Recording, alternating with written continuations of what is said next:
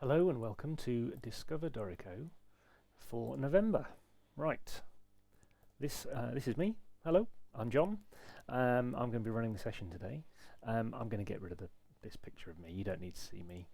I know that the latency is about 8 seconds, so what you're hearing and seeing is about 8 seconds behind what I'm saying. So hopefully the latency won't be too bad. I'm hoping this can be a relatively interactive session. I've seen some of the comments already and I'll be keeping an eye on those. So hello from the various countries, Vermont and the US and France and Utah and Austria, Ottawa. Interestingly, Jochen Schmidt-Hambrook, who's been using Dorico for an hour as of now. Actually, this session hopefully will be very useful to you. I've been, and I'm going to just make sure as well that you can all hear me. Yes, I've got some I hear you now messages. That's good. So today's session, what I'd like to look at is, it's going to sound dull if I say this, but lots of basic things about note input type stuff and the way myself and Anthony probably actually do things, because there's numerous ways that you can actually do various things in Dorico, even basic note input things. And we realized, Anthony and I, that actually there isn't kind of one place where you can find out how these all work and what we'd use in various situations for things. But I'd also like to hear from some of you as you go to work out actually, you know, what is it you guys use if you have another option as well. So today's going to be starting from a new blank session. Here's a new blank session, a new blank project. I'm going to go from here and look at all sorts of options, although I probably won't particularly even leave write mode, so, but let's see where we get to. A couple of people have said the volume might be a bit low. Let me just turn that up a little bit for you and then let me know if that is any better. So I'll just tweak this, bear with me 2 seconds. Let me know if that's any better. Yep, some people saying it's a bit low, so I've just turned it up, so you can all let me know in a few seconds. As I said, there's about an 8 second or so delay, so let me know if that gets any better. If you're following along at home, then you can open a new project and you can follow along with some of these. The shortcuts that I use will be used on the bottom of the screen, or will be shown on the bottom of the screen. So for example, in here, if I add a new solo player, I normally use shortcuts, so I'll use Shift P and you'll see that appear on the screen, and I type piano, I'll press enter, and that'll get me a piano. So sound is fine for some people and good for others. I should also say on YouTube there's a little cog wheel for the settings, the HD settings. If you select that, then you can turn the quality up. Hopefully it will automatically set to something relatively high, but you should be able to go up to 1080p to 60 frames hopefully. So let me know if that's okay. And also, volume wise, of course, there's a volume slider at the bottom, so hopefully we'll all be okay. Right, let's go. So the first thing is, here's a little new blank project. So in write mode over here, and I've used the shortcut to get there, of course. I'm using Command 2. I do use a lot of shortcuts for things. If you like shortcuts for things, we did do these quick reference cards, which I'll show you now, which are designed to sit on your desk and kind of, you know, they're quite useful. But of course you have to physically find one of the Dorico team to get one of these. So what you can also do is, if you want to download one of those with lots of shortcuts and things on it, you can visit our blog and you can get one from there. So let me just grab that page for you and then you can see what it is. So if you have a look on our blog, I'm just going to find the page. Then, so blog.dorico.com, but you'll find that there, if you have a look for quick reference cards, I will put a link to this under the video as well. There's a quick reference cards page, and in here, look, here's the quick reference card. Oh, there's my my computer and my keyboard as well. And you can download the quick reference card from here with some shortcuts on it. And there's also a poster version, so if you want a really big version or you work in a school, you can download an A3 poster of it. And then if you want to, you can print one of those and put it on your desk. There are also shortcuts available as stickers, so you can buy one of those as well if you want to. I'll put a link underneath the video. So, I'm going to be using a fair number of shortcuts, and I will tell you what they are, hopefully, as we go. The first one is that when you're entering notes, basic note entry type stuff, and if you, for example, double-click on a staff, you get this little ghost note. Now, this is on by default, so that you can click notes in like this. I never use this. I don't think Anthony does either. I never use this option. I normally have this little arrow ticked or selected on the left, which is select mode. Actually, Anthony did a little Tips Tuesday video on this back in July. So now you see whether the caret line is on or off. So you can turn the caret line on or off. If I double click now, I don't get the ghost note, which means I can select things without accidentally putting a note in. So I find that quite useful because I never enter using a mouse, never enter notes that way. So and I've also noticed during training sessions that people, as I'm training them and teaching them shortcuts and things, when they accidentally click on the score somewhere, then they get a note where they didn't want it, and then they go, "Oh, what do you do?" Well, you press undo. But that's a useful thing. In fact, I would say that I use it so little. What I suggest you do is in the preferences, which again I'd use a shortcut for. But if you don't want to do that, you can go to Dorico preferences, or if you're on PC, then I think it's in edit. I'm sure somebody can tell me otherwise. Untick this option, enable note input using the mouse. I don't think you're going to need it, and that means that for new projects this little arrow will be activated. If you ever want it, you can tick that arrow, and when the light goes off, you can get the grey note, so the ghost note. So if I do this, look, I can still, in note entry mode, if I want it, I can still get the ghost note, but most of the time I wouldn't bother, and it just saves you bothering with that. Also, while we're in the preferences, I tend to have these two options on: play notes during note input and selection, so that when you select a note or when you input a note, you'll hear it, and play all notes in chords when any is selected. So if you have a chord and you're just using the arrow keys, for example, and you're selecting one note of each chord, you'll hear the whole chord. So I leave both of those options on, and they're on by default. So that should be okay. I'm just looking at the comments. I'm sorry, Richard, I didn't answer your question. So I'm going to make a note that I didn't do that, and if I don't answer it in this session, can you email me on discoverdorico@steinberg.de, and then I can tell you anything we need to know about that.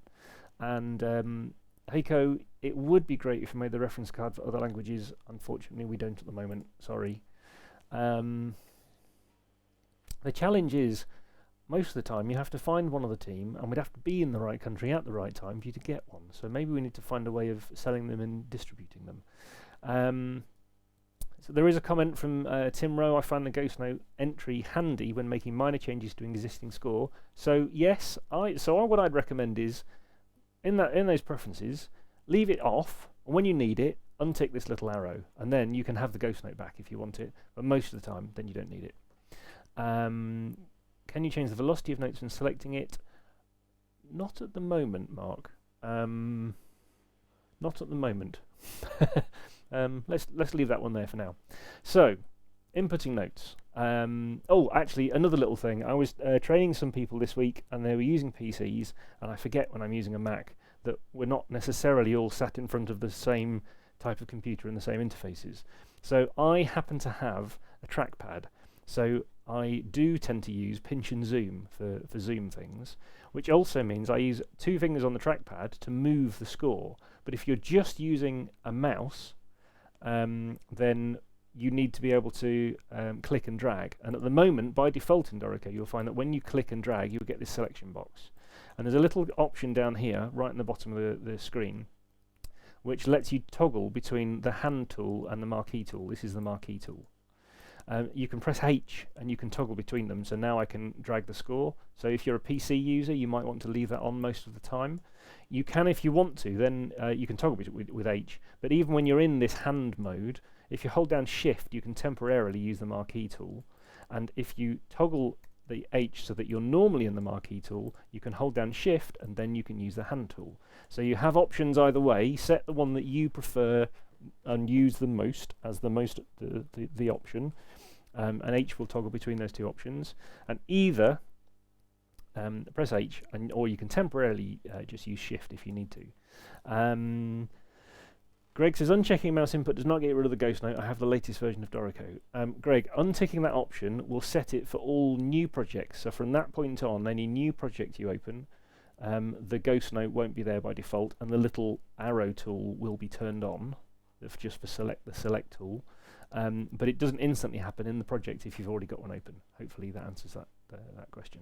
So I've hardly done anything so far. Let's get on with it.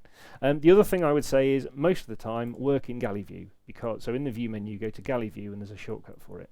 It's a shortcut that I particularly like on a Mac because you can use your thumb and mash down the Command and Alt key with your thumb, and you can press 1 for page view and 2 for Galley view. The idea here is that when you have a meter, let's say, I don't know, 6/4, and you've got some bars, then you can just work in one long continuous bit of music, and it just means that things don't move around. You see, I noticed I've added 23 bars before the notes I inputted. Actually, I don't need those there either. Let's delete them and go from nowhere. Shortcuts wise, I didn't just say what I did I? Sorry. So Shift M was for the meter popover, and I typed in the meter, and then I used Shift B, and I typed in, and my fingers often just hit 2, 3, and I end up with 23 bars. So I've got 23 bars, and I'm now in Galley view, so that I can to move all these around. Also, all of the things we're doing today will work the same in Elements and Pro.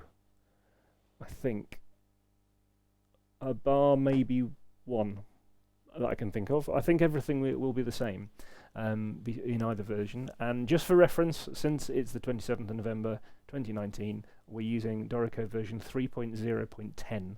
So if you're not using that version, then or at least that version, then you probably need to get an update. Right, so then when you're entering things, actually, let me just go back for a second. When you've entered a meter, one thing you might notice is that often you would press Enter to start the caret line, and you can't do that because it will enter. Pressing Enter will edit the meter. So the other option you might want sometimes, if you have a system object selected and you want to go into note input, is use Shift N for Enter Notes. And then you'll get your caret line and the rhythm grid. Great. You can often use Enter to turn it on and off, but you see, in this case, because there's a system object selected, it won't.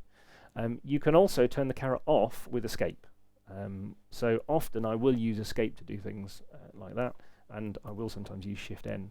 But you can, of course, use your mouse, and you can double-click as well. And if you double-click somewhere else, then the mouse caret will start there. Good. Moving around, you can use the arrow keys. So I can move left and right with the arrow keys to move along the rhythm grid. Good so far. You can use Command or Control if you're on PC, and you can go to the beginning of a bar. So if I'm in the middle of this bar, and I press Command or Control left, go to the beginning of that bar, and then if I do it again, it will jump now to the beginning of each bar. So navigating between various bars, I thought was a thing that sometimes gets missed. Hopefully that will be useful. So now what I'm going to quickly do is say, if we're going to enter some notes, all sorts of different ways for doing this. But the first slight caveat here, but basically I never enter rests in Dorico. You generally never need to enter rests. So you can choose a note value. I'm just going to start just with the QWERTY keyboard and enter a pitch. Great. I can move it in octaves. I do this a lot. So I use Command Alt up and down a lot. I actually don't very often use the options for note input, which maybe some people really like. I don't know. So for example, if I press A, then I'll get an A closest to the D I'm on. Fair enough. There is an option to specifically say I want the A above. So on a Mac, it's Alt Shift A, and you'll get the A above. And if you want an A below, then it's on Mac. Sorry, it's Control A. On a PC, it's slightly different. Input pitch above is Shift Alt A, and input pitch below is Control Alt A, or the pitch that you're using. I just don't use it. So if you like it, great. But I normally use Control and Alt and up and down. that's the one I use most often. Which means I've put the note in first. So I've said D first, and then I bring it down an octave. It's just the way I use things. So I'm telling you all of the options, but I also thought it was worth highlighting some of the ones I use. They're not all going to be useful to you, but some of them will be. However, often I will also use a MIDI keyboard. So if you have a MIDI keyboard, of course, it means that you can enter a note, no problem. And if you're in the right octave, then you can enter a note in any octave. So if we do this kind of thing, great. And you just press the space bar to move on by the value that's selected over here. So if you press the space bar, and I'm now going to go, I don't know, something else, that kind of thing. Okay? So you can also move around, you can move the caret using the left and right arrows, and that's moving along the rhythm grid. That's sometimes very useful, because now I can be exactly where I want to be in the bar, and then press a note on the MIDI keyboard or otherwise to enter a pitch at that position. Great. The rhythm grid, however, is going to be set by default as quavers, and we've looked at this before, but it's down here. But there's a shortcut for this. So if you want to change the rhythm grid, then you can use Alt and the square brackets on your keyboard. And if you look in the bottom left corner of it's a tiny, tiny, tiny note, and it will be really, really tiny on your screen, so I apologise. But you can adjust the rhythm grid there, but you can also see it adjusting above the bar that we're working on, so that if you're actually wanting to move always in semiquavers, 16th notes, then you can do that by changing the rhythm grid, which means then that when you use the arrows, it will move along that rhythm grid. So some other options that I use when you're inputting, and some other things that I don't use. So if I was to do this phrase, let's get rid of that extra note. If I was to do this phrase and I wanted to use slurs and a MIDI keyboard, I started the caret and I double clicked that time. I realised without doing anything, I happened to be moving around, so I've double clicked. I'm sure somebody will point out the problems and the things that I'm doing correctly or not at this point. And I say I do one thing and I don't do another. Anyway, so I'm going to input basically the same notes, but if I input the first note, I meant to do that, and then press S for slur, then I can input slurs at the same time as I go if I want to, and then when I want to stop a slur, I can press Shift S, and I can move on. I can enter the next note, then press S, and I can do this, and then stop it with Shift S, move on, enter the first one, S, and do that. So you can do it that way. However, I never do. I generally end up doing this kind of thing. Select a note, hold down Shift, select the others and press S, and add them in later. If the notes are all also beamed together like this, just click on the beam, because then it will select the notes, and then you can add the slur that way. You can also, let me just go to here for a second and take those slurs off. I've got a filter, by the way, for slurs, which is how I selected those. You can also select a note, hold down Shift, use the arrow keys to select the other notes, and press S. Now, to get off the slur, if I press the right arrow now, it'll move to the next slur. So I'm selecting just the slurs. To get off that slur and back to the notes, press Tab, and then you can move along to the other notes. And select those with Shift, press S for slur. So you can do it this way. Sometimes that's another useful way of doing it. I don't think there's one method that I always use 100% of the time. There's multiple methods, and one of the things Anthony and I discussed is trying to get across various different options, because in different bars, in different types of music you're working on, one or other of these options may be quicker at that time based on what's going on. As I said, for example, I often just click on the beams, but only if they're beamed together. If I clicked on these beams and pressed S, I'd get a slur over the whole lot, which isn't what I wanted.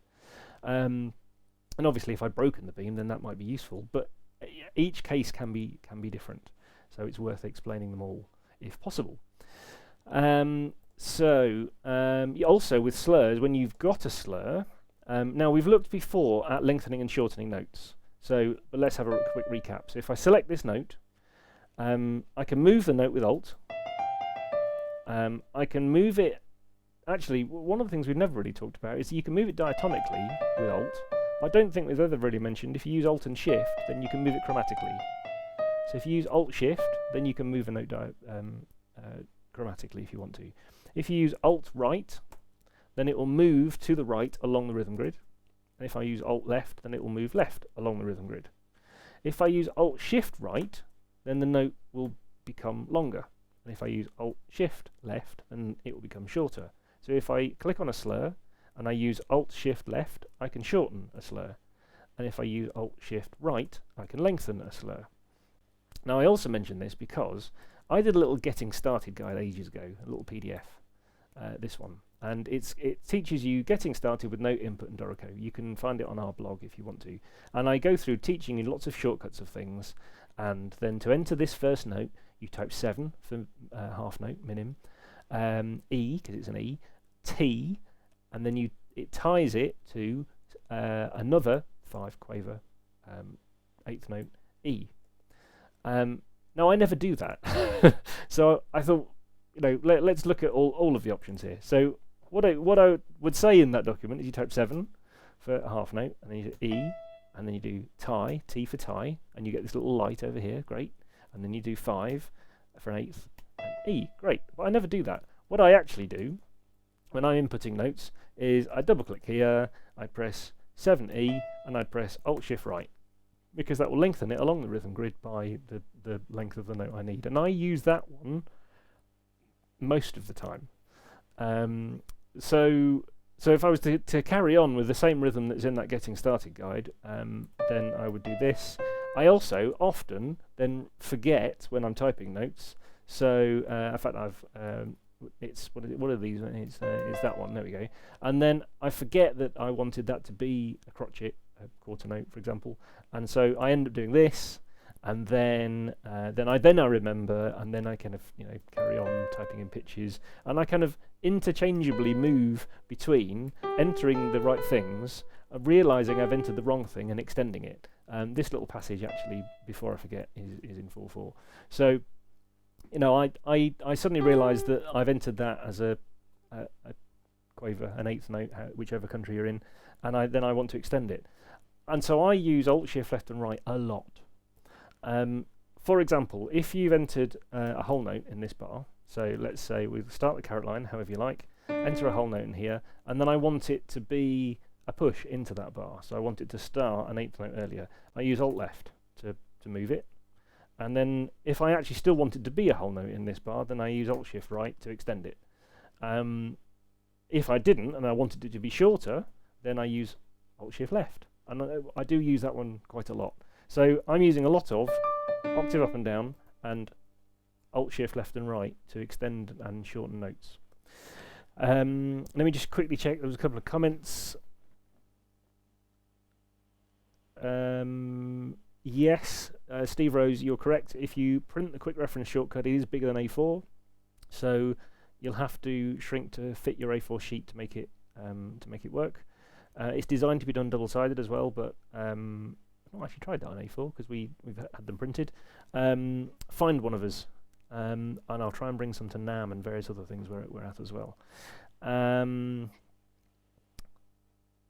Mark, yes, when you mentioned it, it is a bit harsh at 127 when you click on a note. We're looking at that, yes. For each press of the slur adds an additional stir. They stack, they do, so don't do that.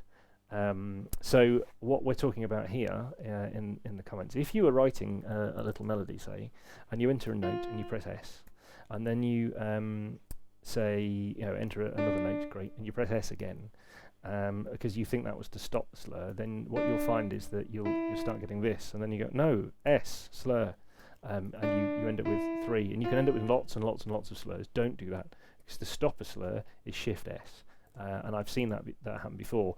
Maybe that's why I add my slurs later.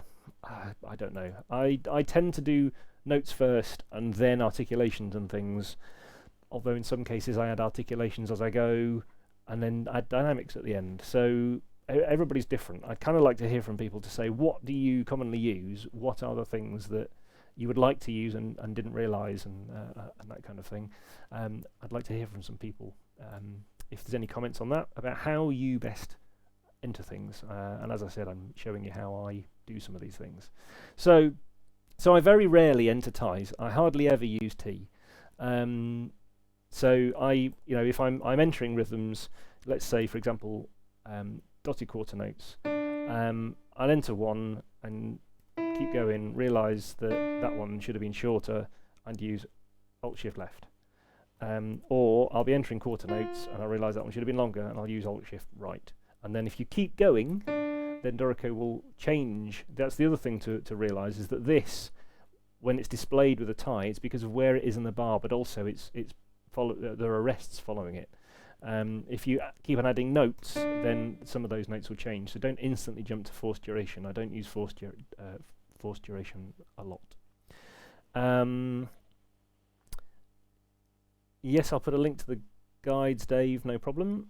Claude says, my note entry habits are are exactly the same. Fair enough, yes. Yeah, I do wonder if they're used by other people.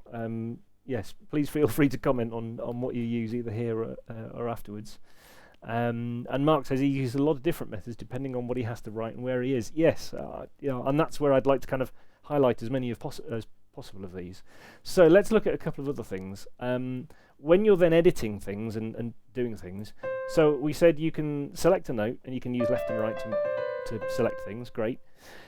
However, if you use Shift left, then you can extend Shift left and right, and you can extend and kind of grow the selection. I don't use that one very often, unless I'm only going in one direction. So Shift left, I will extend this way. However, what you can also do, if you've just got one note selected, I use Select More quite a lot, which is Ctrl Shift A or Command Shift A on my Mac. And if I press it once, then it will select all of the notes in that bar.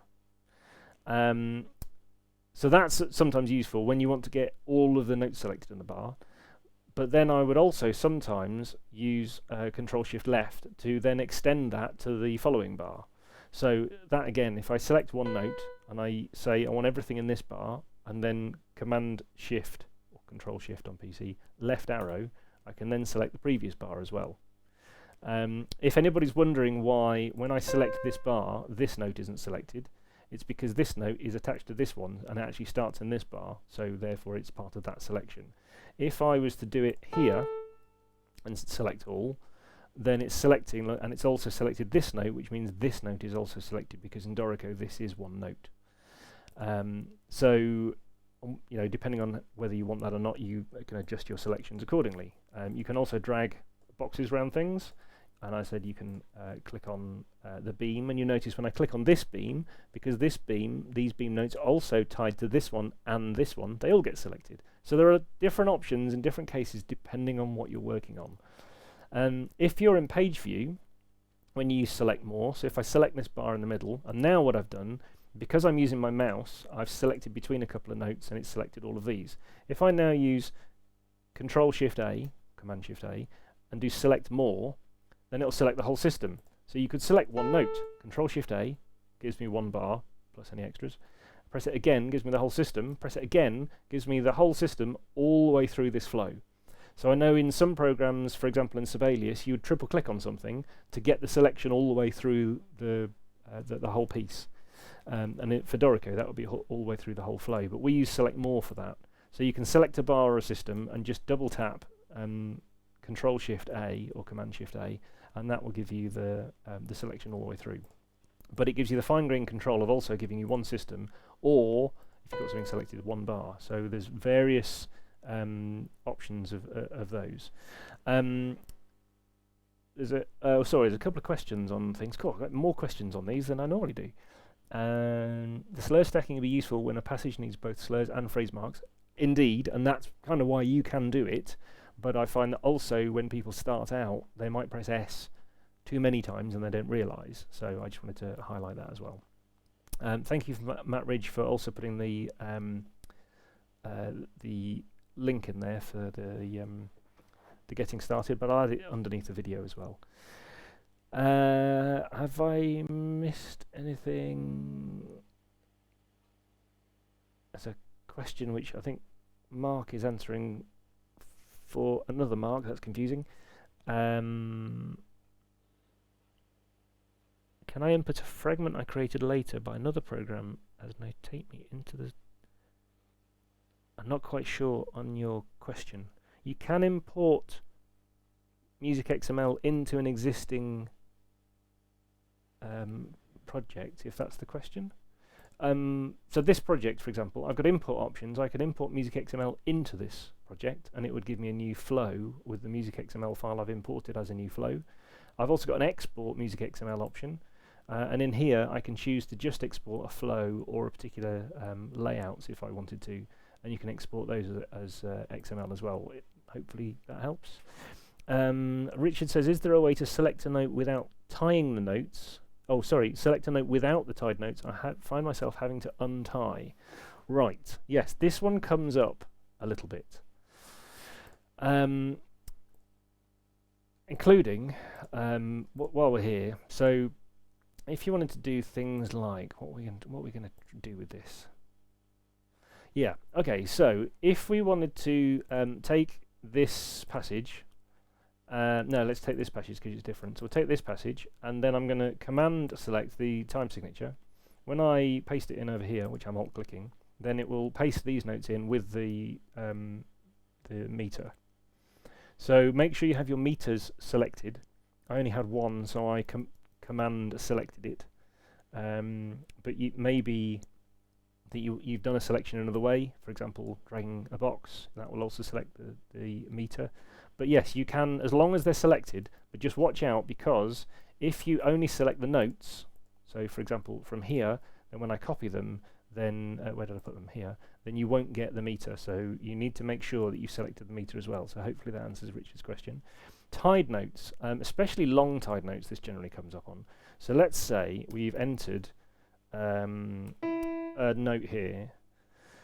In fact, here's a good one. So I want to make it 4 bars long. If I make this selection and I go to Write, Edit Duration, Extend to End of Selection, then it will give me these long tied notes, or longer tied notes. Things you might want to do during tied notes. Dynamics in the middle, for example. If you do double click, or in any way you like, start the caret where you want it. So you could select the note, and you could start the caret, and you could move the caret to where you want it. However you want to get the caret, wherever you need it, you can then do the popover, so Shift D, and then you can then put in, for example, MF, and that will give you an MF in the middle of those tied notes. More commonly, you might want to do something like, say, a hairpin. So if you do Shift D, start a hairpin. When you press Enter, nothing really happens. When you use the spacebar to move on, then you'll get the hairpin. What I would recommend is that, I've just pressed undo, is that you press Shift D, type your hairpin, press Enter, and bear in mind selecting something over here. So for example, if I now select half note, I'm doing that with 7, and press the spacebar, then the spacebar will move you on by the rhythm you got selected over here, which is a minim. So now I've entered the minim, and I can keep pressing the spacebar and it will keep moving on by minim. You can also at this point use Alt Shift left and right if you want to, still to change things. Because this note's selected, you can change it. You can also now select the hairpin. You can use Alt to move it, and you can use Alt Shift left and right to change the size of it.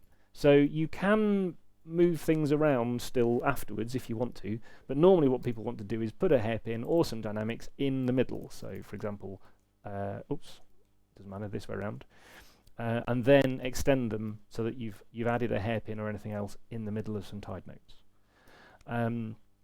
The other options that came up recently that somebody asked about were untying the last note. So for example, if you've extended this, I'm going to go back to Galley view.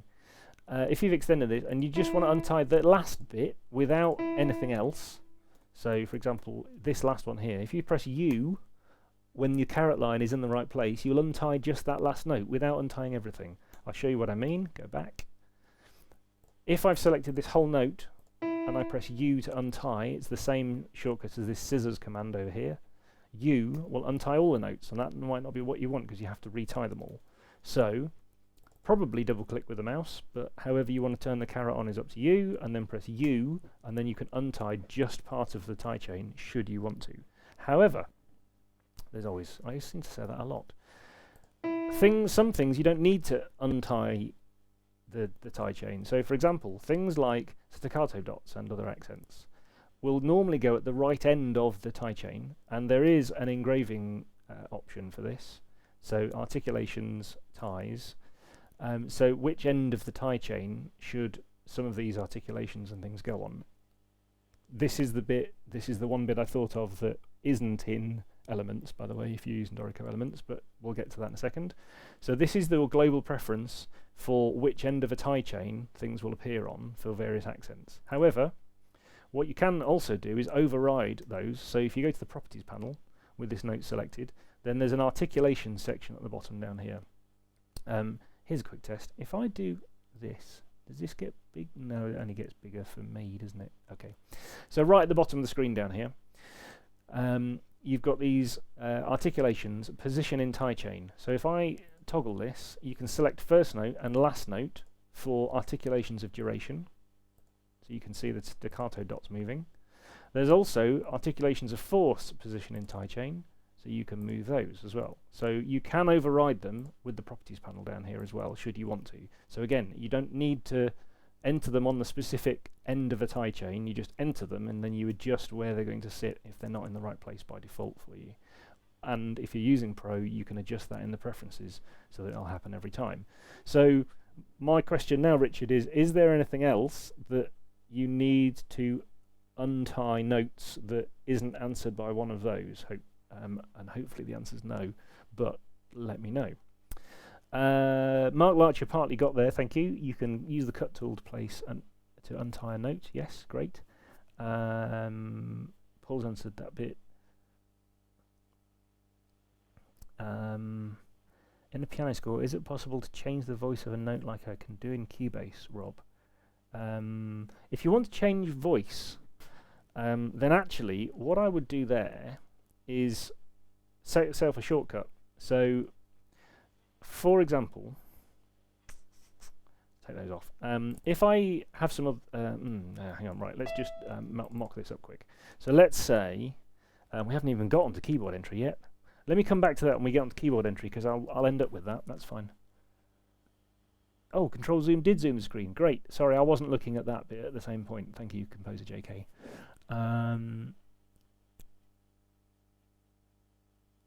Tim wrote, is it possible to play back a piece with a divisi so it only follows just one of the divisi lines? You could, I believe, but only if in play mode you use the voices option here. But I wasn't going to go there today. But basically, yes, if you turn on the voices option, then you can specify things for specific voices and even different playback lanes. So you can choose a different playback device for different ones. So you could change them that way if you wanted to. I wasn't planning on doing that, and I haven't quite got it set up at the moment. So maybe I'll come back to that, Tim, if it doesn't answer your question. But hopefully that'll answer that one. Yes, Frank, I agree. Right, so moving on. Let me just check things I might not have talked about that I've missed, because I realised that I'm sorry if you're finding this insanely dull, but it really is useful and really does speed things up, all of these things. So we've talked about Shift, Alt and arrows and moving those kind of things and moving things around into various bars, so pushes and that kind of thing. Also, there are some cases like, so for example, if you'd entered a bunch of notes, I can't think of a great example. So you've entered some notes, and then you've got them in various bars, and you want to shorten them all by an eighth note so that they all get a bit of separation. Alt Shift Left when they're all selected. But when you've got insert mode on, look, then they start to move around in the bars. So make sure insert mode isn't on. Some of these edits are going to be important as to whether insert mode is on or not. For example, when I'm doing things like triplets, which I don't have any, so I'm going to make one quick. So if I've just got some notes like this that I've entered and then realised that I need them to be a triplet, great. You can select those three, and I've just clicked on the beam at the top, turn on the triplets option, which I'm using the shortcut for, and I then get triplets. Great. If you do it with insert mode on, of course, you get slightly different results because it will move the other rhythms. So depending on whether you're in the middle of a piece or you're at the end of a piece as you're adding more, depends on whether you want insert mode on or not. And the same when you delete triplets, if insert mode was on or not, then it will give you different results for that. So If I turn insert mode on and do it, you know, you'll get different results. So, but if I'm entering long strings of triplets from the beginning, then I normally will start the triplet and then I will just keep entering them, because then the tuplets are sticky. I often don't turn off the tuplets with the, for me it's colon and semicolon, so shift and colon turns off the tuplets.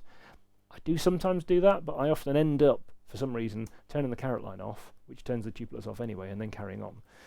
Same with eighth notes. If I choose eighth note triplet, and I'm using a MIDI keyboard, of course, at this point to enter the notes, and sometimes, see then, I didn't even press enter to turn the caret line off, I pressed escape. Depends which hand is available. I find that enter is useful if my right hand's free, and escape is handy if my left hand's free. You can, of course, enter things like, now I know some people go, oh yeah, I know this, but I found an extra trick as well. So entering things like chords. If you just were sat on a train and were entering chords, you can press Q, and you can enter notes. So if I say C, E, G, oh, a bit high. See, I use my default Command Alt down. I can enter notes and chords this way, and then you have to use the left and right arrows to move on to where you want the next note or anything else to be. So this kind of thing. So you can enter chords that way. I very rarely use that. Normally when I'm editing things and I miss something out, I might use Q, but I often don't use that. I do sometimes use the intervals popover. So for example, on these notes here, Shift I, and you can press 3 for a third.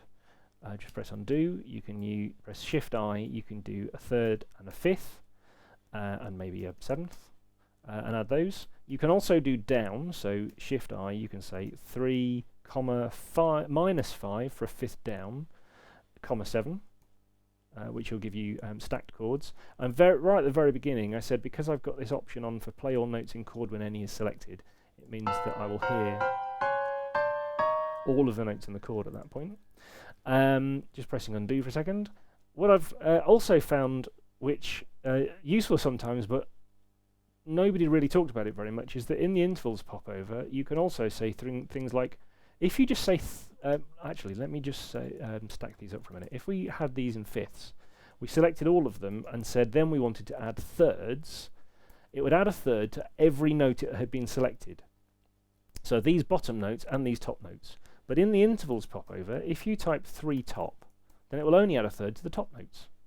If you said you wanted 8 bottom, then it will add an 8, so an octave, to the bottom of those chords. So if you said, for example, you wanted minus 8 bottom, then you can get an octave below the bottom note in the chord. So you can choose whether you're adding the interval, third, eighth, whatever you need, to the top or bottom of the selection that you've got. And I thought, actually, I'm not sure we've really shown that one before, so that one you might find useful. What you may also find useful is that once these are selected, if you've got them wrong, because they're still selected, you can still use your octave selection, you can still use your Alt up and down, and you can still use your Alt Shift chromatic if you want to change them all chromatically to something else, because they're all still selected. Let me just check the comments again. That's fine. Let me just read this one. Baron's Chipper. My workflow is Logic to Dorico via Music XML and Notate to Dorico via Music XML and Dorico. I'd like to create the definitive score. Does this work in the current version? Yes. So have one project open, or start with an import of Music XML if you like, and then don't use File Open and open another Music XML. Once you've got a file open that you want to import things into, go to File, Import Music XML, and import other Music XML files into this current project. You will get the music as a separate flow from each file, but you can then copy and paste and move things around that way. I would say if you're using Logic and you'd made a MIDI file, you can also drag and drop into the current project and the current flow if you want to, if you drag and drop it into play mode. But otherwise, yes, it'll be in a different flow. Richard says, using caret within a tie probably meets most of my needs. Good. I'm glad we could clear that one up. And And in regard to lead sheets, not having clefs and signature on every system. I don't know if we've looked. I think I've looked at that in a previous one, Kevin. So if you can't find it, email me on discoverdorico@steinberg.de and I'll find you that video when we looked at some lead sheets, because I'm sure we did do that. But if not, it's a good one for next time, I think. And Claude, never knew about the top, bottom, and these. Yes, I found something Claude didn't know. Sorry. Slide. I do like to find things that you didn't already know, so that's good. A couple of tips when you're using a MIDI keyboard and that kind of thing. I do use a MIDI keyboard a lot for note input. If I'm not sat on a train, even when I am sat on a train with a little keyboard, there's just not enough space. So I generally then use the QWERTY keyboard for things. But when I'm not moving, not on a train somewhere, not travelling, I do tend to use a MIDI keyboard for things. I happen to have a 3-octave MIDI keyboard in front of me which has mini keys on it, which isn't necessarily my favourite, but it doesn't take up as much space and has 3 octaves, and that's generally a good workaround. So it means that when you're doing note input, you can enter chords, of course, much more easily, especially accidentals, because you can play them on the MIDI keyboard. I don't know why it's so high. Let me just the octave switch. There you go. So that does make things easier that way. The other thing you can do, and we do a fair bit, is when you're inputting a pitch, or if you're especially composing from the beginning, you can start with any note duration you like. So you can say, oops, fat fingers, small keys. So you can start with any duration you like, because then you can use insert mode. And I'm not using insert mode to insert notes at this point, but with insert mode turned on, pressing I, you can now change any of the pitches of these, any of the durations of these later, and Dorico will rewrite things. I don't know, I'm making this one up now. That'll do. So sometimes it's a useful compositional technique to say, I'll put the pitches in of the idea of the tune I've got in my head, and then I'll figure out what the rhythms are later. And I often do that with a MIDI keyboard. What I also often do is when I'm then copying it to something else, so if I copy and paste, or if I just alt-click to somewhere else, and then I need to change the rhythms, leave the rhythms and change all the pitches, so turn the caret line on, I don't need insert mode on, and press L, and it gives me the dotted caret line, and then I can renotate pitches. So then I can choose, and it doesn't matter what rhythm I play, of course, but you can then choose other rhythms, other pitches at that point, so that you can enter with exactly the same rhythm. So I do use that quite a lot, but I've not really used T for tie very much at all, and yet I get tied notes a lot, of course. Another quick thing is when you're doing things with MIDI input, if you like using a metronome, so let's say in 3/4 and I don't know, what was it, something like 156 or something. So now anything I do from this point on will be in 3/4 and 156. You can use the live MIDI input thing, and a useful thing that Dan Kreider pointed out. Oh, that's a bit quick. Well, here's a useful thing. When you go, oh my goodness, that's a bit quick, I can't play it at that speed. Right up here in the top corner, there's a little blue light that says Dorico, if the blue light's on, is following the tempos you write. So now it's at 156. If you click on this so that the light is not on, it will say equals, and it'll give you a number. And if you want to, you can now drag your mouse in here and change the number. So you can change it to a speed you're happy playing at. 119, 120 is probably fine, actually. So now you can play it with the record button option. So I'm going to choose a bar and press record. So for me, it's Command R, but you can press the red light. And then you go, oh yeah, I've got a pitched, I don't want the pitched one either. So you go to Command Shift P, and you change this to click so that you don't have the annoying beep. That's the play preferences. So now I can start this and go, that's better. And then you can go,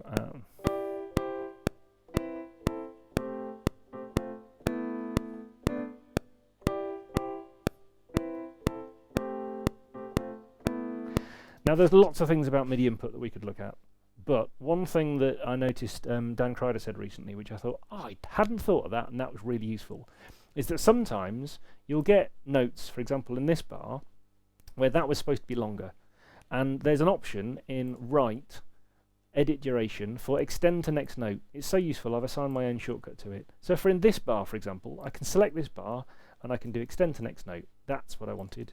So that's not. I'm now going to, what am I going to do? I'm going to select these notes by clicking on the stem, select all the notes in the chord, and then Alt-Shift left a couple of times. There we go. That would be my favourite. And actually, no, I don't want that either. Now these ones, I'm going to select them, and because of this gap, I'm just going to press 6, because it's going to make them all a quarter note. And that one, I can either press 6 or extend to next note, and these ones will be extend to next note. So now you can kind of tidy up things that you've played. I do like that a lot. And then when you want it to be back at the actual proper metronome marking, you just tick this one little option. It'll go back to following all of the metronome markings. So it's a couple of things that, especially extend to next note. I don't know why I'd not thought about using that on before. So thank you, Dan Kreider, for mentioning that in the Scoring Notes blog. Oh, and he's just turned up, just in time. Well done. Was there anything else that yes, somebody asked me about voices. Let's say you want to change a couple of notes into different voices. What I would do is, now in Dorico, the trick is that by default you only have one voice. So when I press V, nothing's changing. I have to press Shift V to make a new downstem voice. The difference being now, if I was in this bar and I tried to enter a note, I now get a downstem voice. I can move that note to wherever I want it. Let's put it there. So now I have two available voices. When I press V, I can toggle between the two available voices. So now also when I select notes, you can move them into the other voice. I couldn't do that before because the voice did not exist. Also, I can only do it with a shortcut because I have assigned my own shortcut to things. So let's look at some shortcuts. If you say change voice in here, in the key commands in the preferences, you can find there's a whole bunch of change voice things that you can assign your own shortcuts to. They don't exist by default, but you can assign them.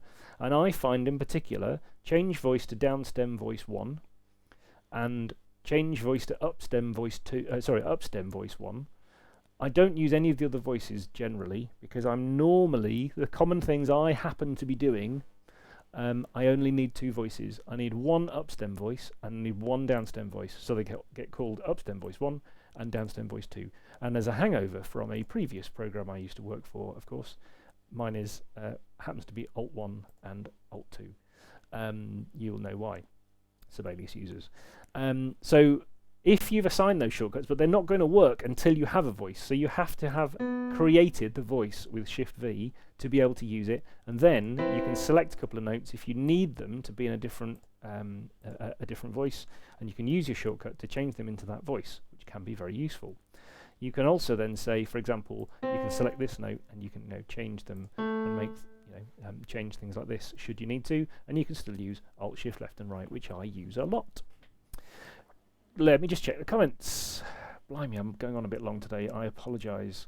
Hopefully, at least some of this is useful. Let me go back a bit. MIDI import will probably alter the duration of notes because it will quantize during import. Yes, Frank, that's a good point. If you're doing a MIDI import, then yes, we effectively will quantize on the way in. You can re-quantize things, so you can select any notes you've played live. Or imported via MIDI, of course, and there's a re-quantize. Hang on, let me select some notes. It will appear in the menu then. There's a re-quantize option. So you can re-quantize things, but yes, if you want the exact note durations that you put in Logic, then you might still want Music XML. And then Paul says, not if you turn off preferences, preserve note durations. Another good point, Paul. Yeah, good point. Chord symbols, how to copy and paste them over to overwrite existing symbols.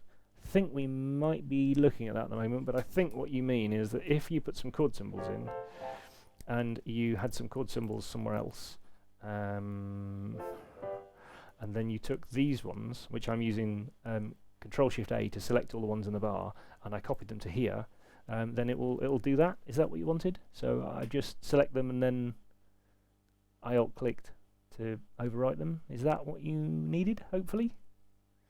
But when I'm selecting chord symbols, and this is probably especially useful when you're in this view again, in page view, you can select a chord symbol and use Ctrl Shift A to select more of the same item. If you press it again, of course, it will continue. So now it's selected the ones down here as well. So select more is definitely useful with chord symbols, because if you make a selection of notes like this, you will not copy your chord symbols at the same time, because these chord symbols are system objects and the notes aren't. So you can copy the notes without the chord symbols, and you can use Command Shift A to select chord symbols to then copy the chord symbols as well, should you need to.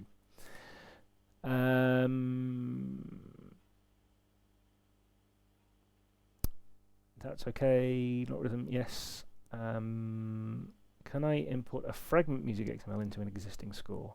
When you will import the whole file if you import music XML. So maybe you need to only export the bits that you need.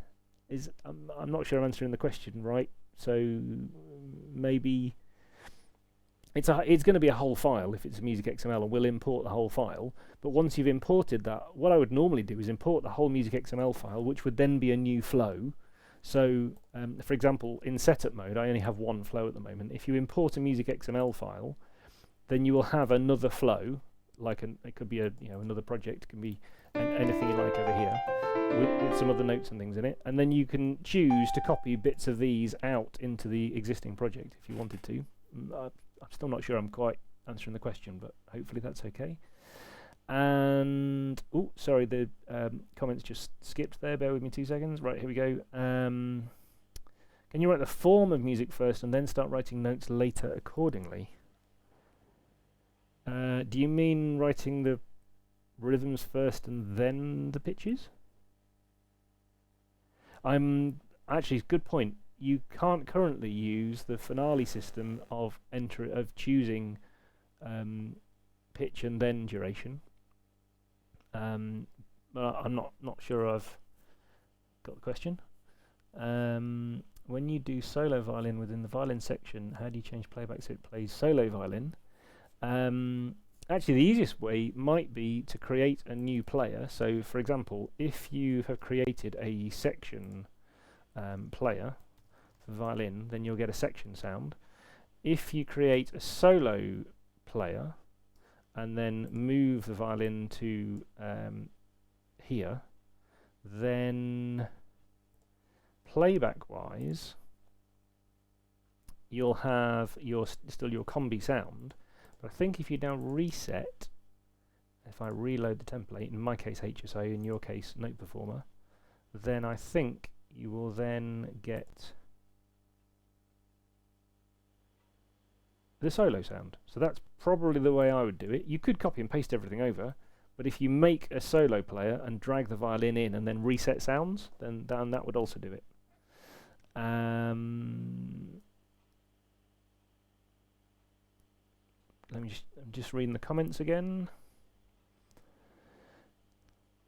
You compose in 4 or 5 voices. That's fine. You can, yes, that's okay. You can have as if we're talking about rhythms on the same stuff, you can have as many of those as you like.